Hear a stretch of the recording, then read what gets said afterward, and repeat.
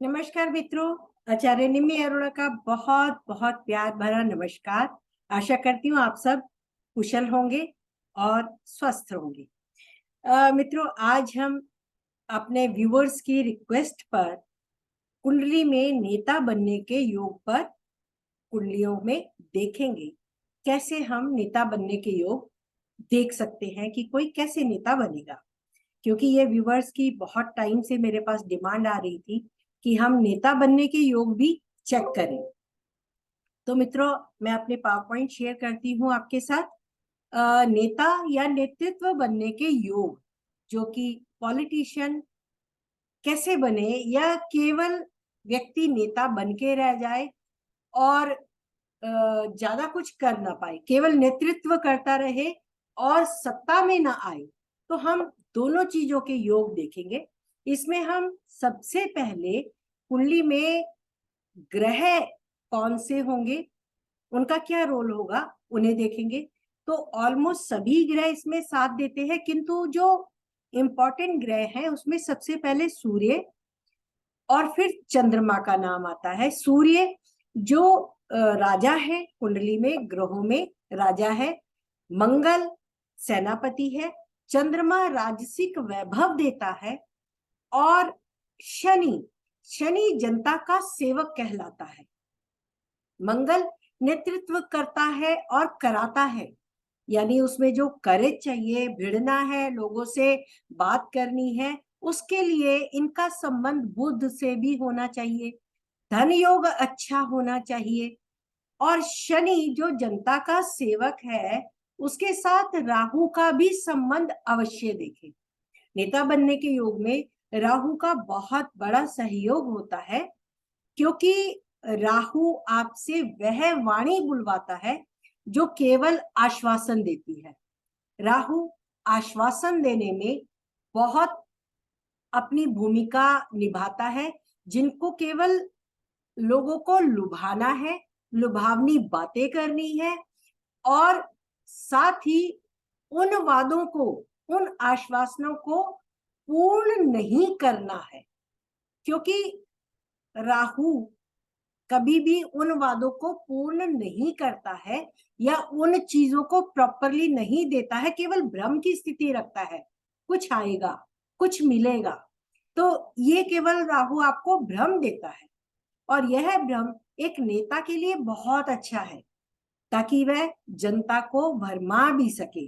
एक नेता को कई बार सच और झूठ बोलना पड़ता है, तो वह राहु उसमें बहुत विशेष रोल निभाता है। अब भाव में देखें तो लगन द्वितीय भाव, पंचम भाव, दशम भाव, एकादश भाव, बली हो। इसमें भी लगन और दशम बहुत बली होना चाहिए, या उसका सूर्य से संबंध होना चाहिए, चंद्रमा से संबंध होना चाहिए। क्योंकि सत्ताधारी जो ग्रह है वह सूर्य और चंद्र है, चाहे वह ग्रह उसके नक्षत्र में ही क्यों ना हो। चतुर्थ भाव अगर बली हो जाए तो विपक्षी भी आपको बली मिलता है, यानी जिससे आपको अपनी सत्ता पानी है, आपको संघर्ष कड़ा दे सकता है, यदि चतुर्थ भाव बली हो।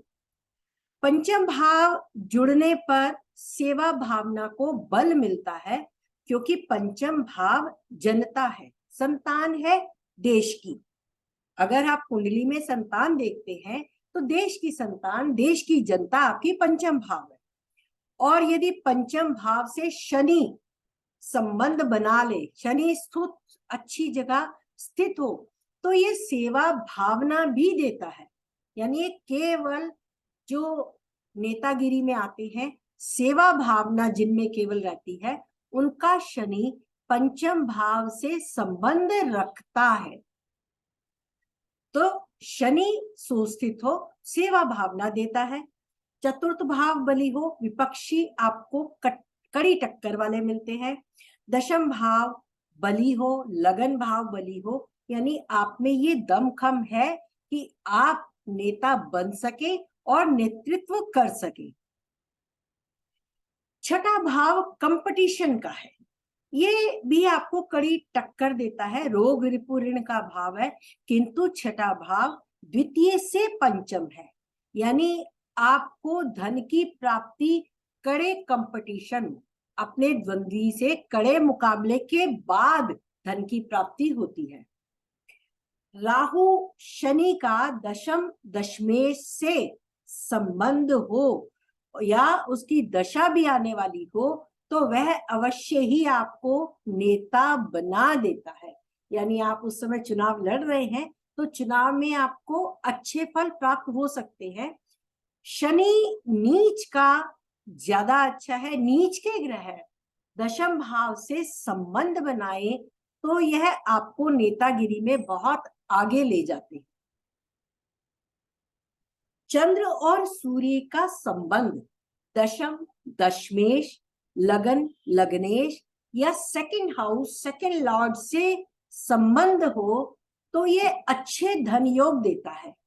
और सबसे अच्छा दिन या तो बिजनेस में है या नेतागिरी में है, तो आपके धन योग जब अच्छे हो जाते हैं तो यह आपको नेतागिरी की ओर प्रवृत्त करते हैं।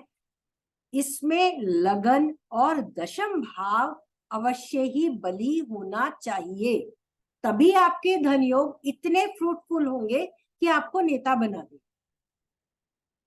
मंगल का संबंध दशम भाव दशमेश से हो तो सेनापति यानी आपके जो मित्रगण, आस पड़ोस, आपका जो नेतृत्व करने के लिए आपके साथ जुड़े हुए लोग, वह आपको नेता बना देंगे, क्योंकि कोई भी राजा सेनापति के बल पर ही जीतता है और मंगल ग्रहों में सेनापति। लग्न और दशम में स्थित ग्रहों का संबंध सूर्य, चंद्र या शनि के नक्षत्र से हो। सूर्य राजा बनाता है, चंद्रमा राजसिक वैभव देता है, शनि नेतागिरी सेवा भावना के साथ, या क्योंकि शनि झूठा भी है, अहंकारी भी है, षड्यंत्रकारी भी है, तो षड्यंत्र करके बनने वाले नेता भी देता है। शनि सूर्य और चंद्र के नक्षत्र से संबंध या मंगल से संबंध, क्योंकि मंगल भी जब धूर्तता पर आता है तो साम दाम दंड भेद लगाकर वह आपको नेता बना देता है। इसमें एक बात जो मेन है पॉइंट कि लगन और दशम बली हो तभी आप आगे बढ़ सकते हैं। इसमें एक चीज और जो मैंने देखा है, काल पुरुष की सिंह राशि को भी देखें।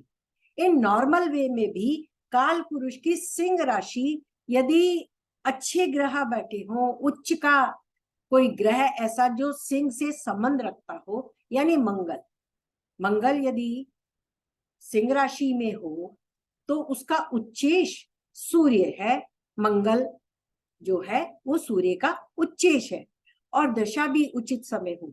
काल पुरुष की सिंह राशि जिस भाव में भी जाती है वहां आपको उच्चत्व देती है। ये चाहे नेता बनाए ना बनाए, तब भी सिंह राशि जिस भाव में होगी उस भाव को रोशन करके रखेगी, एक राजा के समान। दुनिया की नजर में आप उस भाव से संबंधित चीज को बहुत ऊंचा उठा के रखते हैं। इसके बारे में सभी 12 भावों के फिर से बात करेंगे। अभी हम नेतागिरी के गुण पर आते हैं। तो मैं यहाँ 2 चार्ट ले रही हूँ। एक हमारी चिर परिचित इंदिरा गांधी है, जिन्होंने बहुत सालों तक हमारे प्रधानमंत्री रही, और एक मैं क्वीन एलिजाबेथ की ले रही हूँ। आप इंदिरा गांधी के लगन को देखें। शनि लगन में बैठकर लग्नेश से दृष्ट है और लग्नेश चंद्रमा है, उससे संबंध है। यहाँ चंद्रमा का संबंध आ गया, शनि दशम भाव को देख भी रहा, तो यहाँ आपका दशमेश देखें, सिंह राशि में मंगल है। मंगल जो कि मंगल की मेष राशि में सूर्य उच्च का होता है, वह राजा की राशि में जाकर मंगल बैठ गया। द्वितीय भाव धन भाव है और वहां पे राजा की राशि यानी धन भाव को तो उसने बहुत अच्छे से चमका दिया। पंचम भाव देखे, मंगल पंचमेश भी है, वो भी धन भाव में बैठ गया और पंचमेश बैठ गया सूर्य पंचम भाव में, यानी मंगल और सूर्य का परिवर्तन योग हुआ, धन योग प्रबल हो गया। साथ ही अगर आप देखें गुरु की दृष्टि भी पंचम भाव पर है और बुध भी पंचम में बैठा है जो कि तृतीयेश है, यानी बुद्धि सूर्य के साथ मिलकर बुध आदित्य योग से बुद्धि इनकी बहुत चतुर और चतुराई वाली। राजा संतान के घर जाके जनता के घर जाके बैठ गया बुद्धि और चतुराई से। कौन सी बुद्धि? छिपी हुई बुद्धि, क्योंकि वृश्चिक राशि है यहाँ पे। मित्रों, ये सब चीजें मैं आपको राशियों के बारे में बता चुकी हूँ, तो इनको मत भूले कि वृश्चिक राशि है तो बुद्धि भी छिपी हुई है। यहाँ बुद्धि में नेतृत्व जो करता है वो छिपा हुआ है, जो कि मंगल से परिवर्तन में है और धन योग भी उसी हिसाब से दे रहा है।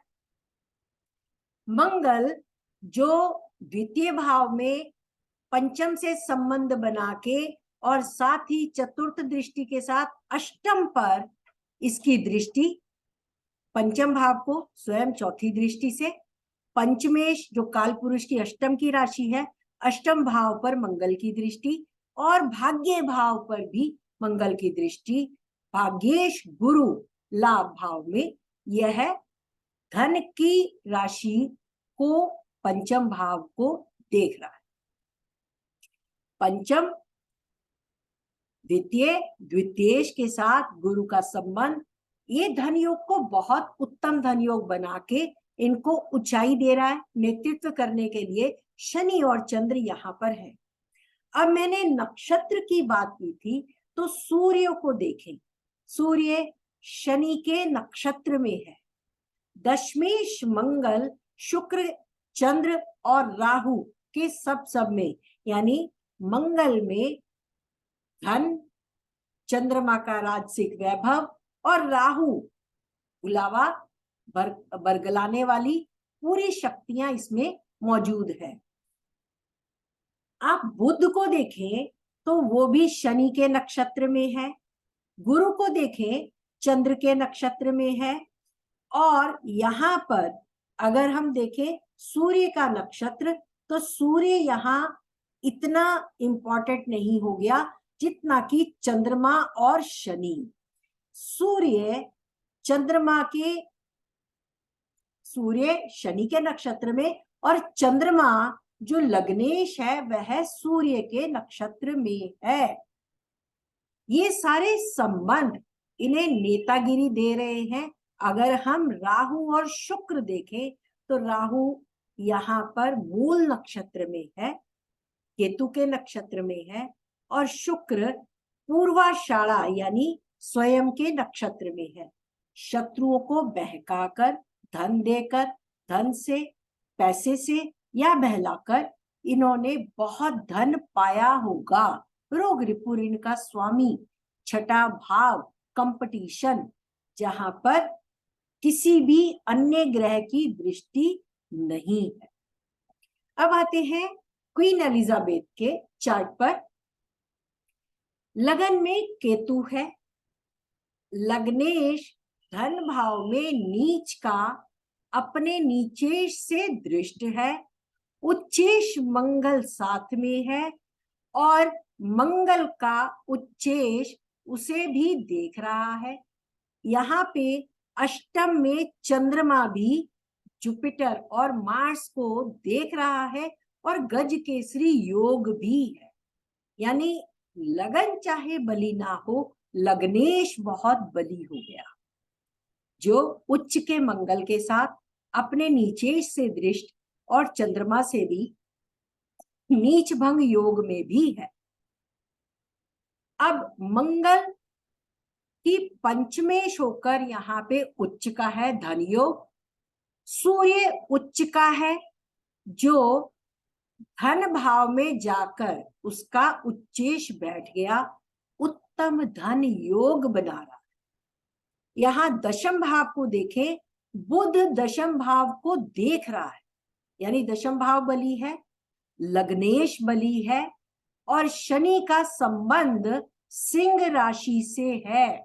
यहाँ सिंह राशि कितनी इंपॉर्टेंट हो गई, नवम से नवम में सूर्य बैठा है, बली त्रिकोण का स्वामी बली त्रिकोण में जाकर बैठ गया और बली हो गया वो उच्च का भी होकर।